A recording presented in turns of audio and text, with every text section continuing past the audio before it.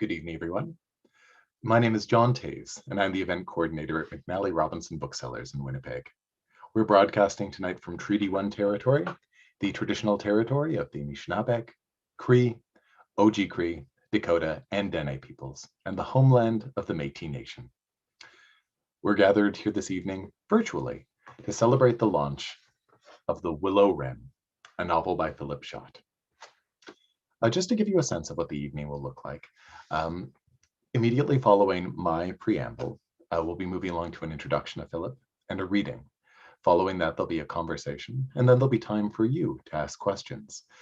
Over the course of the evening, I'd encourage you to feel free to go ahead and write your questions in the Q&A box, which you can find right at the bottom of your Zoom screen. Those questions will then be easy to locate by our host, and then she'll be able to put them to Philip when we do reach the Q&A portion. I'd like to express my sincere thanks to all of you for joining us here tonight, either here in Zoom, out on YouTube now, or in the future, as this video will remain up for future viewing if you're interested. I'd also like to express my sincere thanks to all the good folks at ECW Press, both for publishing this book and for helping to make the evening possible.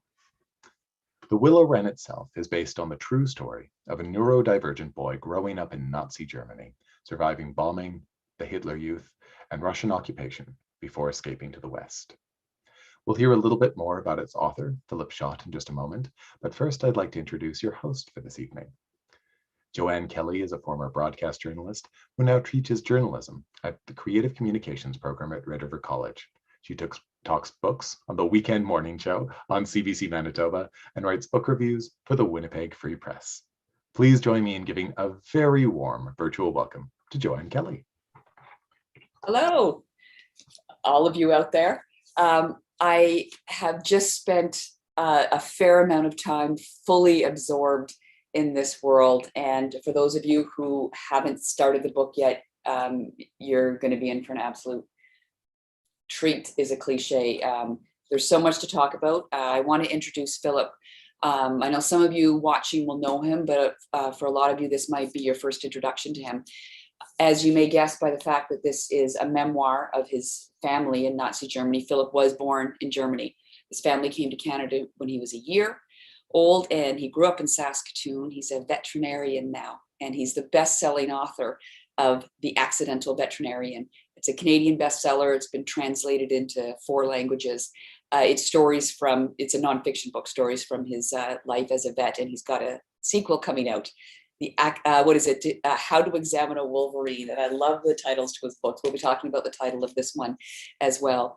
So I'd like to introduce Philip. He's going to do a reading from the book, which will definitely spark a lot of this conversation. I have a lot of things I want to ask Philip and that we want to talk about, but please, as John said, post your questions and we will get to those as well. So Philip, hello. Hello, hi.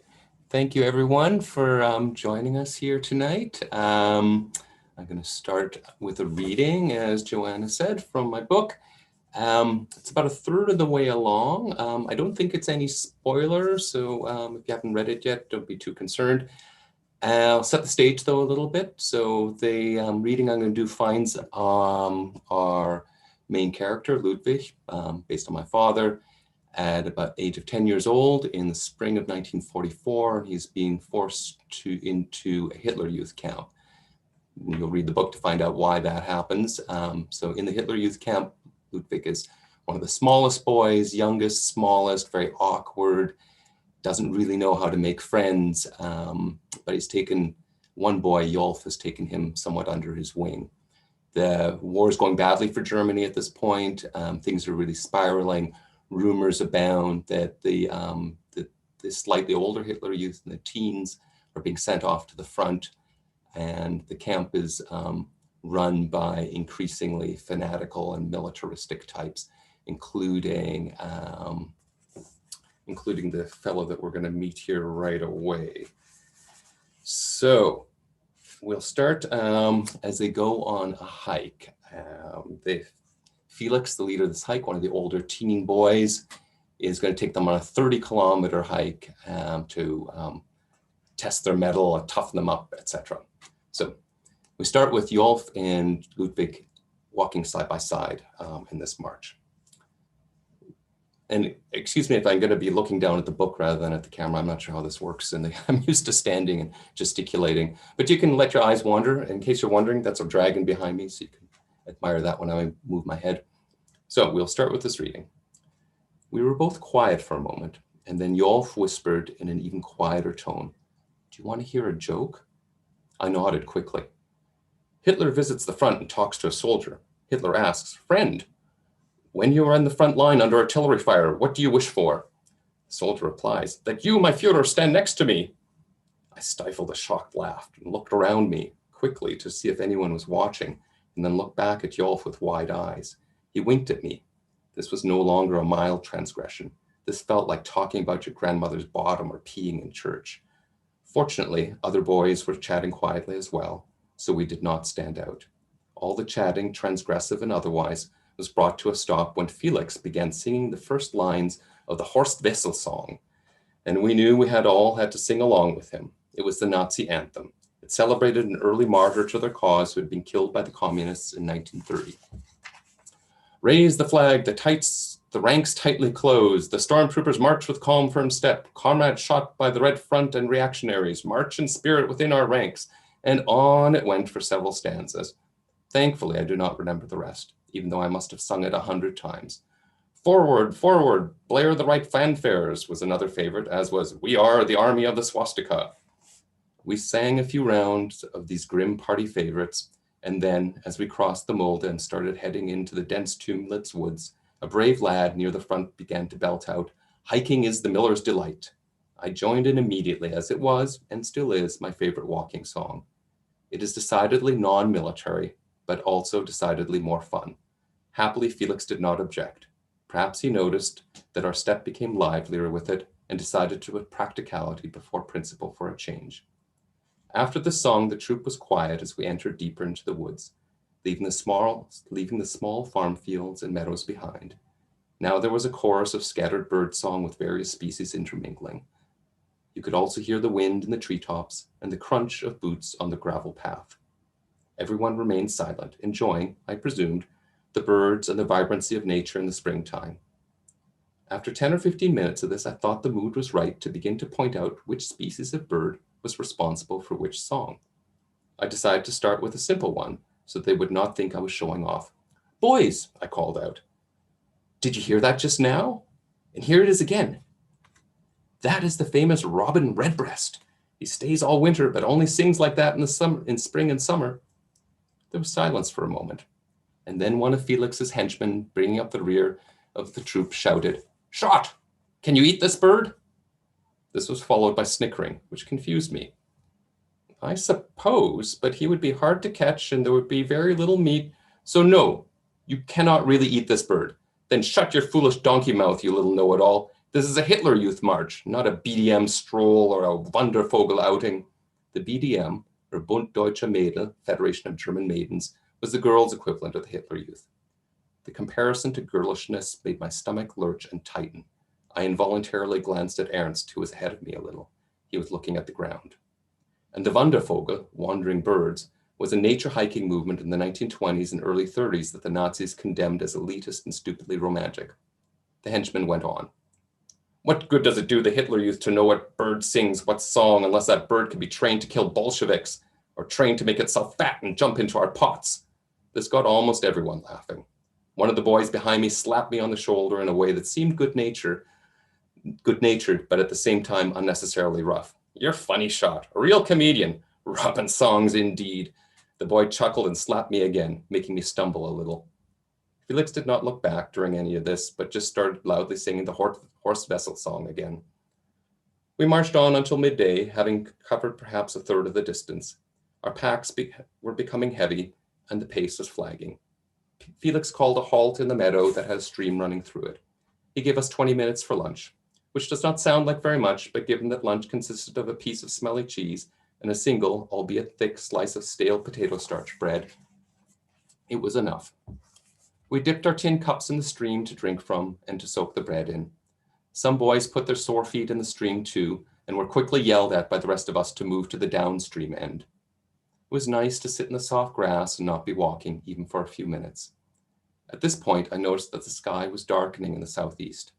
Blue-black clouds were rapidly piling up, one on top of the other, reaching towards the sun.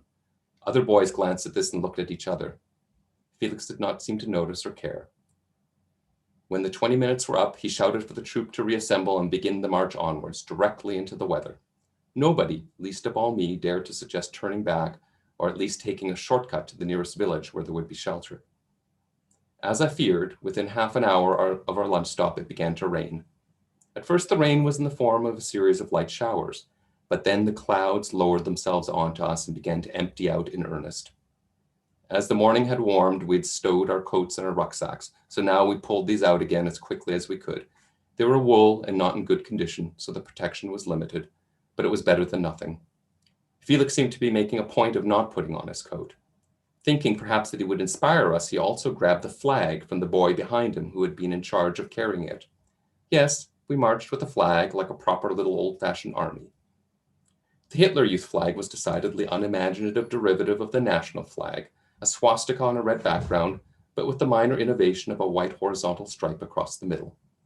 Felix turned around to face us and walked backwards, waving the flag as he exhorted us to push on and push on hard in the names of the martyred 11th Hitler Youth Anti-Aircraft Battalion, the Führer, and the Fatherland. He then turned back to face forwards and began walking very fast indeed, taking comically large strides, flagpole jauntily set at an angle against his right shoulder. I remember wishing he would slip and fall in the mud as the trail became boggy, but this did not happen. His khaki uniform shirt was soaked through to the skin, and his arms were pink with a combination of exertion and cold. The rest of us struggled to keep up, often slipping, sometimes falling. Then the rain turned to wet snow. From that point on, the march became a debacle. It was far worse than the time we were late for supper because we were too slow. This time we were as fast as we possibly could be under the circumstances because we all knew what was at stake. We all knew the story from the previous fall when 30 Hitler Youth in the Black Forest ended up in hospital with hypothermia and pneumonia after being caught out in similar weather. 2 of them died. There still was the option to leave the trail and seek shelter in a village or farm, but Felix was determined to press on with the plan. He still did not put on his coat. Even the weakest of us kept pace, but this was at least in part because Felix's own pace began to gradually, at first imperceptibly, slacken. He was not a machine after all, but I had the idea and firmly implanted in my mind that he would rather die than admit an error or in any way betray the perverse standard he had set for himself.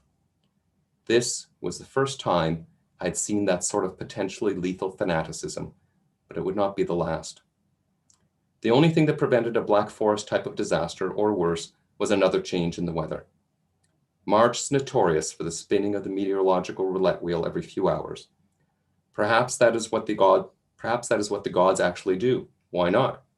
It is no less plausible than any other explanation once one is willing to accept the idea that all powerful but curiously invisible beings are in control of major events. The sun came out so suddenly and so unexpectedly that we all stopped, even Felix, and some of us audibly gasped.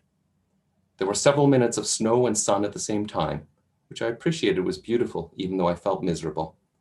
And then the clouds dissipated entirely. The sun was warm enough that snow and water began to quickly evaporate off our coats in little tendrils of vapor that glowed in the sunshine. We became a column of boys threading through the forest like a steaming snake. We arrived late back into camp, but only 3 boys needed to be taken to see the nurse, and there were no fatalities. Felix looked triumphant. He and his henchmen sang those blasted Nazi marching songs all through dinner, but thankfully did not seem to notice or care that most of us did not join in. After dinner, Yolf sidled up to me and whispered, "Psst, Ludwig, do you want to hear another one?" No one was close enough to overhear us, so I nodded. One laborer says to another, "Did you hear what the Führer said in his latest speech? He proclaimed that no one should be allowed to go hungry or suffer from the cold." His co-worker sighs and replies, "So now we're not even allowed to do that." And that's all I'm going to read. Thank you. I wish I could hear the round of applause going. I just finished the book and I got caught up in you reading it again. You're a very good reader out loud. I love this passage because it pretty much has a thread of everything I want to talk to you about.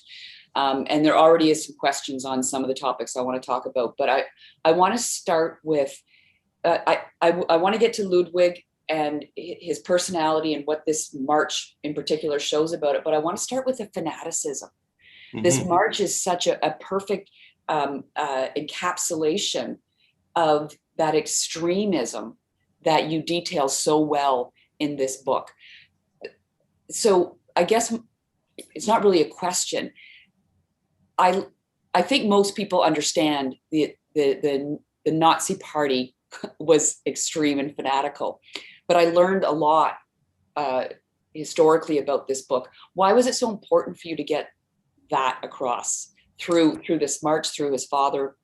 Yeah, I think on the larger scale, why it's important to tell this story about the rise of the Nazis and the type of people, because lots of different kinds of people joined the party, was, it's the old truism, those that do not know history are doomed to repeat it. And I really fear that we are forgetting some of those lessons. I mean, Germany was an advanced, civilized country, very high level of education, high moral standards prior, and somehow that all came apart. And how did it come apart?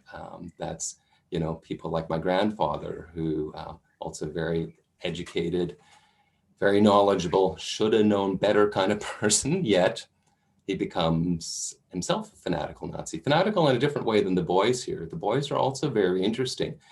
Late in the war, the Nazis made use of the fact that the teens were very easy to turn into fanaticism, because they have this sense of invincibility, universal among very young people. You can take advantage of that and feed them the right information and motivate them to carry out terrible deeds. It's not actually all that difficult, it seems. Well, I think you make a really important point about history repeating itself and seeing the rise of extremism and fanaticism again. And what, of course, is especially disturbing in this book is, and I keep not forgetting that they're real, but this is your father and grandfather we're talking about. But your grandfather was an intelligent, educated man, and he's so clearly holds on to his belief and through the propaganda that even his wife and his sons can see through, but it seems to be integral to who he is as a person. Like the fanaticism, you do a really, really excellent job of showing how regular people can be caught up in this fanaticism. And again, this is your grandfather. Yeah. Yeah. Thank you. I think there are two keys. I mean, one that I explore in the book, one that I maybe don't as much. And one is pride. He's an extremely proud person. And if the Allies after World War I perhaps made the error of taking Germany in defeat and from German perspective, at least, deeply wounding its pride, reducing this nation to penury. It was economic hardship around the world, but in Germany in the 1920s, you need a wheelbarrow money to buy, like literally a wheelbarrow money to buy a loaf of bread at times during crazy inflation times. Really wounded the pride. If you wound the pride of your opponent, you don't make them go away. You make them resentful and make them want to fight back. You have to find some way to speak to the good parts of their pride, obviously not the negative, immoral or aggressive parts of their pride, but there's always something positive you can find somewhere. So after World War II, with the denazification program, the Allies realized very quickly that to face the Soviet threat, that almost the entire professional class had joined the Nazi Party. It was all the lawyers and accountants and doctors and so on. Many of them were members of the party, and they needed these people to reconstruct Germany. So how do you get on their good side, so to speak? How do you turn them around? How do you denazify them? You speak to the positive aspects of German culture. You speak to music, Beethoven, Bach, etc. You speak to literature, Goethe, Schiller, etc. And you allow them to feel their pride, but feel the pride in something positive, rather than trying to beat them down, tell them that they're somehow, all terrible, terrible people. And I promised that I wasn't going to do any spoilers for this book, but you use the term denazification, which is a term I've never heard before. And I've read a lot about World War II and in Germany, and the process of denazification and the categories that the Allies put the Nazis in, psychopathic criminals down to the worker bees who were just doing their jobs, is really fascinating. And I do want to get a little bit into the amount of research. You obviously interviewed family members, but the amount of research, so much that I didn't know that I learned from. Yeah. I mean, some of it just you sort of absorb over the years, so it's easy to go back to it. Some of it, I've been familiar with for a long time. But yeah, it's a shame that the denazification process isn't more well known, because it was really pretty successful. I mean, hard to know. How many true Nazis slipped through and managed to live peaceful lives when they should have been punished. But yeah, they realized you can't just lock up a whole nation. How do you do that, right? And you can't send them all to Nuremberg. You can't hang them all. So you find the ones who are war criminals. That's this whole idea of international justice and setting up a tribunal and trying war criminals. That all starts at that time. So classifying some as criminals, and some as enthusiasts that need to be denazified, and then some as, there's a German word for this, Mitläufer, those that run along with. Those are many, right? Those that just, they did it because that was the thing to do, kind of like joining the Elks, or the, people don't join the Elks anymore, but the Kinsmen or whatever. It was just like a social club in a way. It's just what you did. It took a very different kind of person, very strong person to stand aside from that. And that also speaks to the other element that drove this forward, was this fellow feeling. They were very good at building this sense of, you are now this group and you didn't want to let your fellow down. Soldiers on all sides of all wars always say that at the end, they're not fighting for their governments, even if it's a good government, they're fighting for the guy in the trench next to them. Yeah. And they also build that sense of scapegoat, right? Someone to blame. There are some questions, some military type questions. I think I'll throw this one out here because I want to get to Ludwig and how you shaped him and his personality and the theme there. But there is a question about the Hitler Youth, whether they were actually armed or taught about weapons. And I think it's interesting because, again, I learned a lot about the process of getting those young kids into battle. Yeah, so later on they were. And the Hitler Youth was stratified for different age groups, but the higher age groups. In this reading, it alludes to the reason why Felix wants to take everyone on this big march is in part because they've just gotten the news that this anti-aircraft battalion, so this was a group of Hitler Youth about 14 years old that manned an anti-aircraft battalion in Berlin, had been, and this is a real historical event, had been killed in a bombing raid on Berlin. So these were now considered martyrs of Hitler Youth. So initially they were in those behind the front, not at the front, but home defense kind of roles. But later on, Normandy and so starting with Normandy, there was actually a Hitler Youth division of the older teens, and they were considered, the Allies feared them the most because these teens were the most fanatical, the most fearless, didn't fear death, and they'd grown up only knowing Hitler. There was no other world. They didn't have a memory of the Weimar democracy prior to Hitler's ascent. I want to talk about your father, about Ludwig.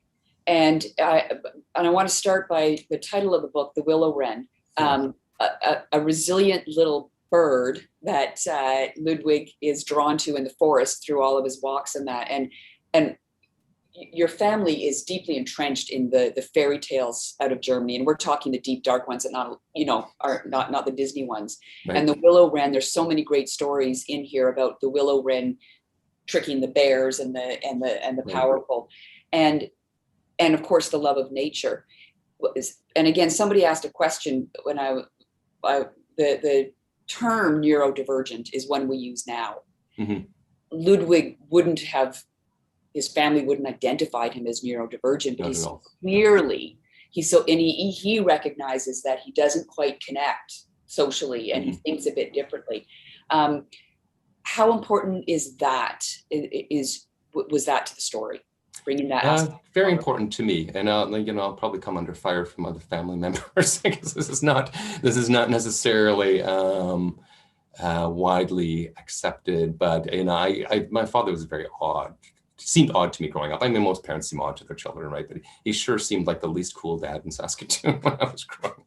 I was one of the least cool kids too, so we had that in common. But it's only in latter years, like recently, he's been gone 26 years now, but both my kids are on the autism spectrum, and what we used to call Asperger's, so highly functional autism. And in reading about that, understanding that, seeing my kids, I had this light bulb moment, like, oh my God, this makes so much sense.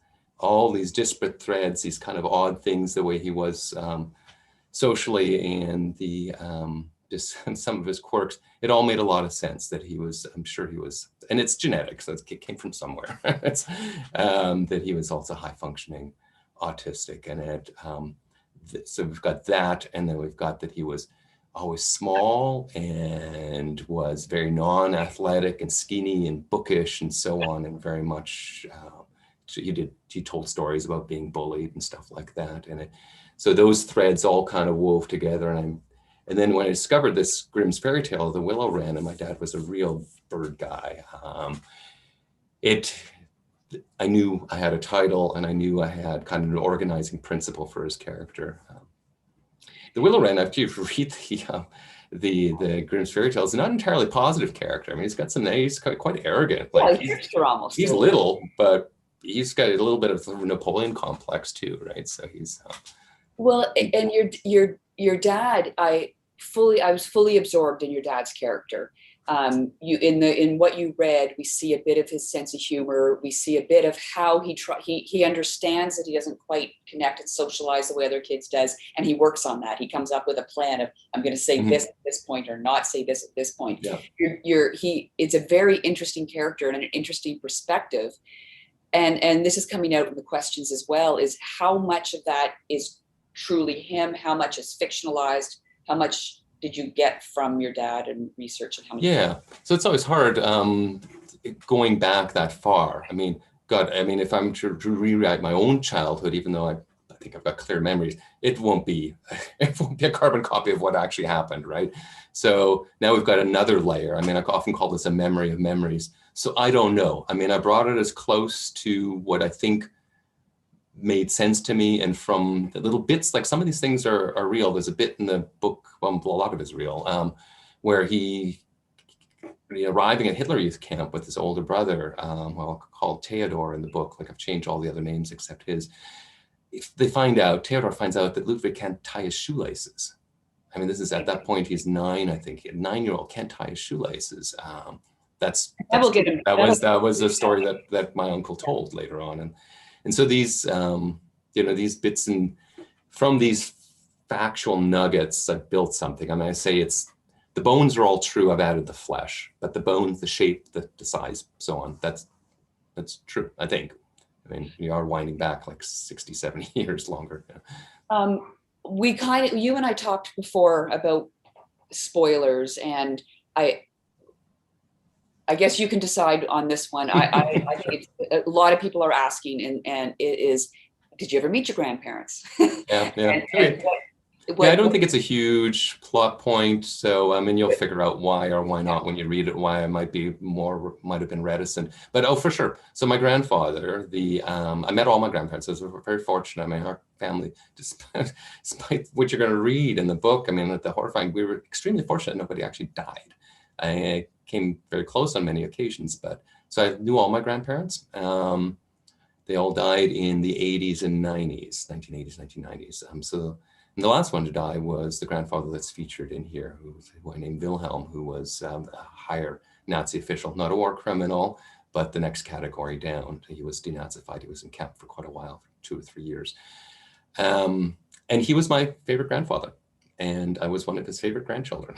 And to me, he was this erudite, interesting, worldly, charming man, very charming. He actually had a sense of humor, like kind of dry wit, and so well read, and Latin and all this stuff. And it's hugely impressive for a little boy from Saskatoon who And my father seemed kind of fuddy-duddy compared to, and so part of this is a penance for me to write this, to realize, you know, I placed my loyalty on the wrong man all those years, right? So yeah, so you read about the reckoning that I try to come to, some of my favorite parts of the book were in the denazification. That word just I love that word. I've never heard it before. In the denazification process, the letters your grandfather writes home were so interesting to me. What he was going through, especially the references to books and Shakespeare and clearly an educated person. I should have brought it's around the corner. Should have brought. I could have held it up. That well, I've got it. I've got the one that's stamped actually inside, that it's passed by the censor in the British camp. Okay, I wanted to ask you if those letters were real, and boy, would I have loved a version where I could see those letters and see the stamps on them, etc. I have to say the detail in this book. Part of what absorbed me was just I love history. So just reading the day-to-day life of getting food, going to school, the clothing that they wore, just the day-to-day life is fascinating. And again, how much research did you have to do? I have to credit my grandmother for a lot of this. I should have this book, her book up here too, called Erinnerungen, that she wrote her memoirs, and her children published them before her death in the, I guess, early 80s at some point. So there's a lot of detail. I mean, she has a very editorial slant. And so I got from the other relatives a little different perspective. But for sure, a lot of the detail, especially post-war period, like the survival in the East during the times of starvation after the war. I think there was a sense in the West that the war was done, and it was done. Yay. Okay. Maybe there was, had to do some rebuilding and so forth, but no, it was like years of struggle in the parts occupied by the Soviet Union, particularly. Well, there's struggle afterwards. So that all comes from my grandmother's memoirs, and then there's actually it's unusual for a novel, but I do at the end have some acknowledgements. Like there's a couple of books. If one is interested in the deep history, a British historian named Ian Kershaw has written this monumental work called The End, which just looks at the last year of the war from the German perspective. And something you said really stood out to me, that about almost misjudging your father. What's the most important thing that you learned or wanted to share about him through this story? Well, growing up, I guess he seemed, I think he was damaged a little bit by what went on. So seemed a little remote and a little kind of just in himself, and trouble sometimes connecting and so forth. But I think once I understood the neurodiversity aspect, that made a lot of sense, made more sense to me. And once I understood really what he'd gone through, because honestly, it was a typical teen, I guess, in some ways, not in a lot of other ways, but that when he told his stories of starvation and bombing and so on, there was some eye rolling going on at a certain point. Okay, yes, Dad, you suffered, yada, yada, yada. But whatever, we're living in Saskatchewan in, 1979. It's no long.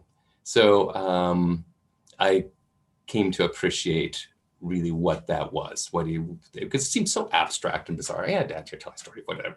And once you get that corroborated, you say, oh my God, this is actually real. This is an actual human being very close to me that went through all of this. And so I had a better understanding of where he was coming from. Well, he's a fully developed, very real character in this book. And I love this question. Someone asked, they're curious about the hardest scene to write, considering that this is your family, these are real people. What was the hardest part? I think that's a good question. Some of the stuff about my grandfather was probably the hardest. I mean, because this was it's a gradual reckoning, but writing about some of his infidelities, for example, that comes up in there, and the depth of his fanaticism towards the end, it was difficult to fully kind of master that in my mind so I could put it out on the page. I think you handle it all very respectfully and with a lot of grace. It's a word I would use. Because at the same time, and maybe people can't throw tomatoes because we're on virtual here, but so the man was a Nazi and he was a true believer, and certainly if he did not do evil deeds, he probably had evil thoughts. Yet he still was a human being and had some positive aspects. He actually so much. It's hard to. So it comes out. There's a bit of ambiguity. But I think ambiguity is kind of beautiful. I think that's life, right? I think black and white is too easy. This would have been an entirely different novel if you took a black and white approach to it. I don't think your readers would be able to be absorbed in the realism in it. But again, Ludwig is so incredibly real to me. And actually, somebody asked a question here about. I got to say, this movie came to mind as well. Have you seen Jojo Rabbit? Mm-hmm. Yeah. Someone's asking if you'd seen it and how close. What you think of the movie, especially in comparison? I enjoyed the movie. I mean, it's more farcical, but yeah, it's funny that that the book was finished before the movie came out, and then we watched the movie. I thought, wow. I mean, some of the Hitler Youth stuff and so on. It's where they're doing the in the forest there, those maneuvers where there's exercises. I thought, wow, I'd like to bang on. That's exactly these guys, the filmmaker, the New Zealand fellow there. He'd done his research clearly as well. You use the term farcical for this movie, but what you capture so well is I'm going to use the word idiocy, but like I think the term you used, the leader of the hike, who let the kids sing the song, even though I think I wrote it down. The term that you used was, for once he was choosing practicality before principle, right? Mm-hmm. And how fanatical they are in putting their principles blindly resulted in a lot of really farcical and idiotic scenes. Oh, for sure. Yeah. Well, the bit where my uncle Theodore is sent off to the front, back to the question about militarization of the Hitler Youth. Yeah, he was sent to the front with anti-tank weapons to fight the Russians when the war was clearly lost. And there's totally farcical stuff going on there. And also interesting, the range of different types of commanders. The one commander that has them all shouting, "So we're going to win the war, boys." And all the boys are, "Yes, we're going to win the war." And then he says, "Yeah, you go do that then," and goes and wanders off somewhere and takes the nearest exit.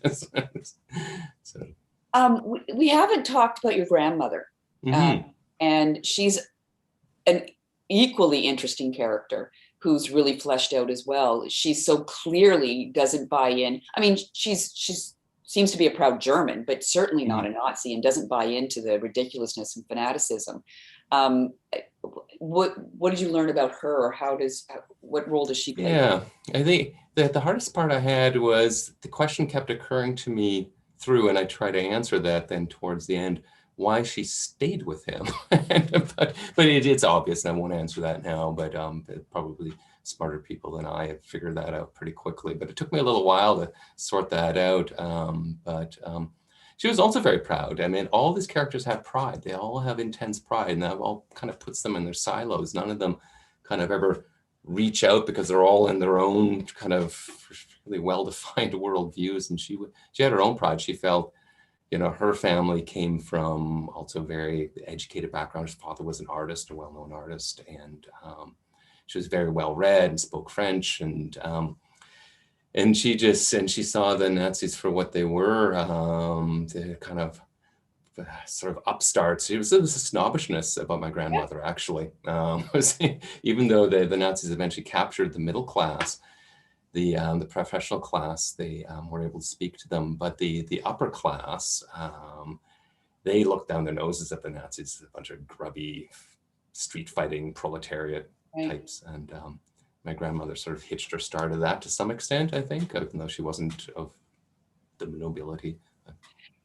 And she may have had a snobby element to her, but she single-handedly raised all those kids in the most dire of circumstances. And that takes an incredible amount of strength in women in wartime. Women, I mean, the men are obviously off fighting, and that's nothing I would wish on anybody, but women bear the brunt of what No, happened. absolutely. I mean, she's in some ways the book is centered on my father and puts him in a sort of a heroic role, which he did have, but the real star in a way is Louise, is my grandmother. I mean, none of this my father wouldn't have been able to do some of the things he did if it hadn't been for her sort of quiet, consistent looking out for her family and making tough choices sometimes, like splitting up the family at one point in order to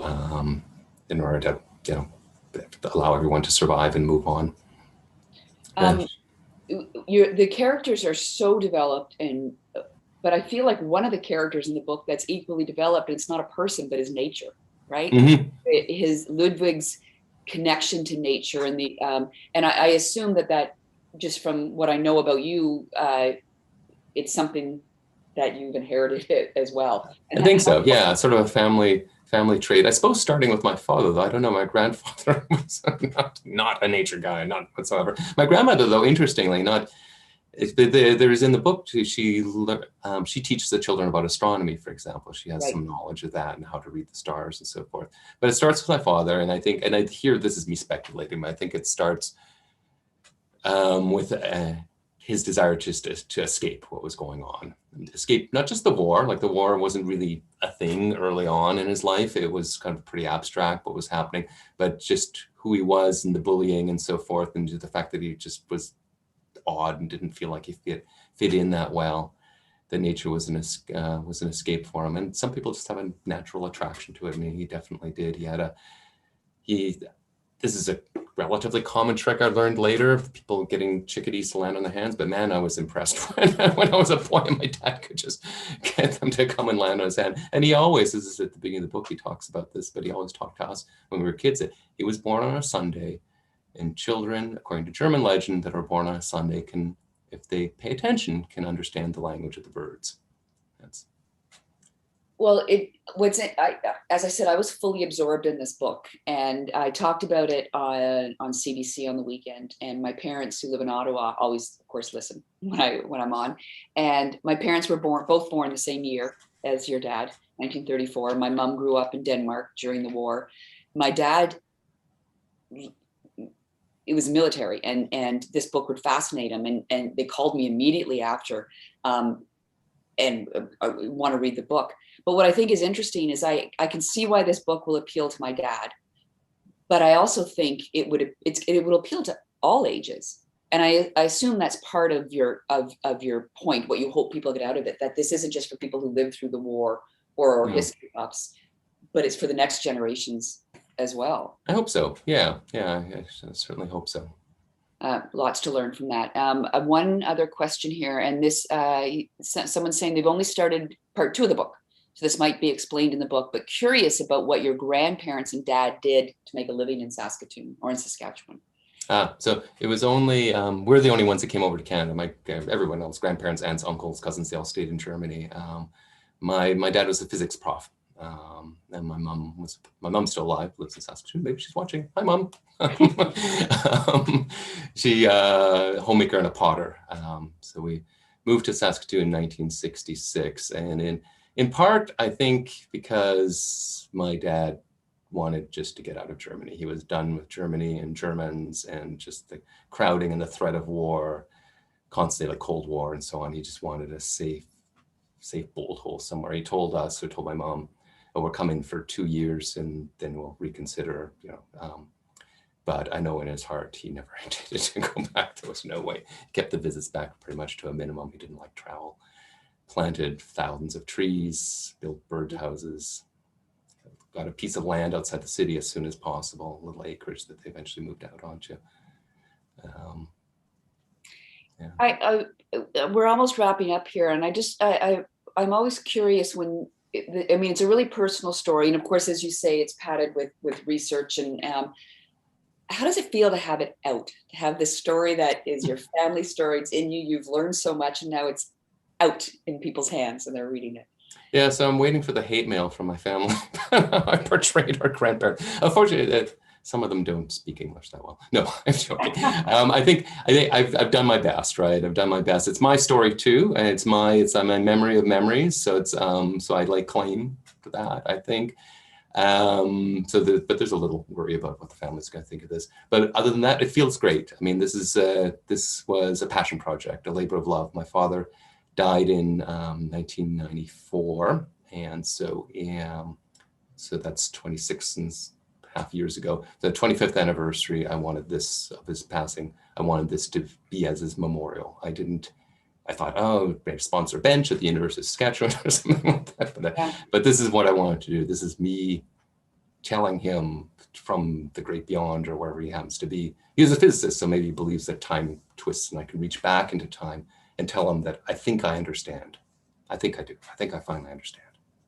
So I think that probably answers my next question is, was it a feeling of relief or a feeling of a bit of terror to put the book out? It's both, really. Yeah. And I think I've got all the, I think we kind of touched on this. Someone wanted to know if your father kept a diary. No. So when he was dying, so he died of brain cancer, and it was a pretty rapid process. And that's when he started to write a memoir, and he got 2 lines into it. It was his prefrontal cortex that was removed, so that, yeah, it was not possible for him to, but he always wanted to, and he had lots of great stories, as we see now. And so this is my filial duty to. Well, it's I've read memoirs that this memoir is such a beautiful mix of clearly personal family story, but set in such a historical context that is so absorbing. And as I said, I learned so much. And a very practical question here: where did they live in Germany? So different places. I mean, the book is set in Leipzig and in Colditz, which is in Saxony, formerly East Germany. Now it's all Germany, so that's sort of central east part. But later, after the war, they were in the north around Bremen. Another question about the Hitler Youth, which it's one of the most interesting parts of the book. Wondering about, was there any resistance? You talked about how fanatical, especially the young and impressionable, they are. But your father, certainly, was it even possible to resist? Oh yeah, there was plenty of resistance. There's a film, but I'm not right in the Hitler Youth. I mean, among the kids, it's pretty hard as a 9-year-old to resist very much of anything. But among the adults, for sure, there was the White Rose movement. Google that. And the film Valkyrie, unfortunately, with Tom Cruise, but nonetheless, it's a good film about the Stauffenberg plot that came so close to killing Hitler. And it's referenced in the book because it really changed the war. I mean, it made things worse, actually. A near miss is worse than not having done it at all. We've answered all the questions, and those were some good questions that I wanted to touch on as well. Is there anything else that you want viewers to know or to take away? Some of them will have read the book and started it, some have not read it yet.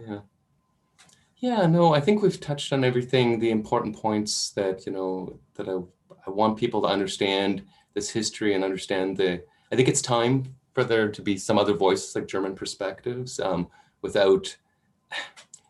suffering isn't a zero-sum game. It's not like the suffering of German civilians takes away in any way at all from the great suffering of other peoples during the war. I mean, particularly the Holocaust is always the ghost that's hanging back there, right? And I try to sensitively incorporate that, but it's not that story, right? This is somebody else's suffering. Well, thank you very much. And all the questions have been answered, but there's lots of lovely comments in the chat as well about. Look forward to reading those.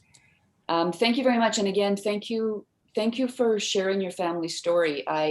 As a reader, there's nothing like to be so engaged with a character and also to learn so much about the history. There's nothing I love more than being so absorbed in a book. So thank you very much. Oh, and thank you very much, Joanne, for taking the time to be my host for this. I was really thinking, I'm just going to be on the camera by myself. How is this going to work? And get maybe my wife to be my host or one of my kids. So thank you. You've done a marvelous job, and you really understand the book. That's important I made a to lot me. of notes I probably haven't even touched on, but I think we touched on a lot of the main stuff. So thank you. And the questions have all been answered, and there's some comments for you to read. And I just want to thank everybody for the thoughtful questions. And I'm quite excited for the people who haven't read the book yet. Who will be quite absorbed in it.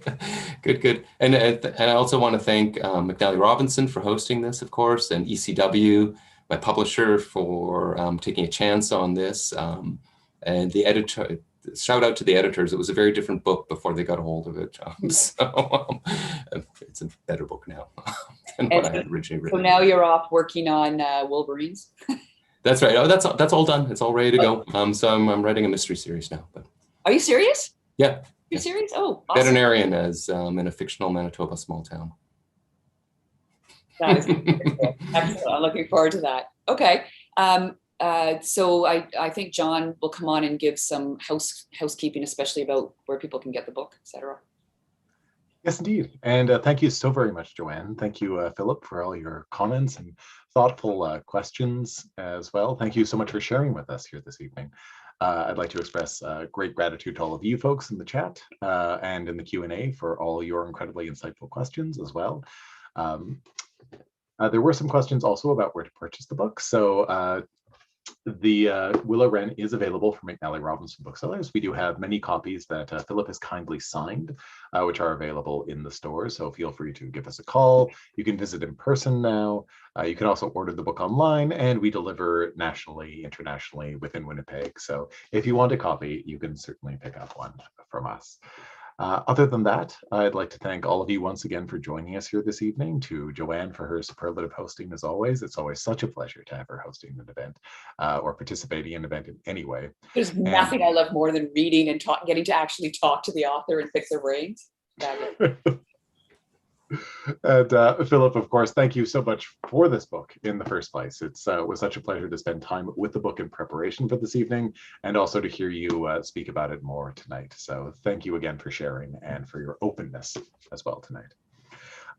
Once again, thank you, everybody. One final time, thank you for joining us now or in the future, and have a very good night. Take care. Thank you. Thank you.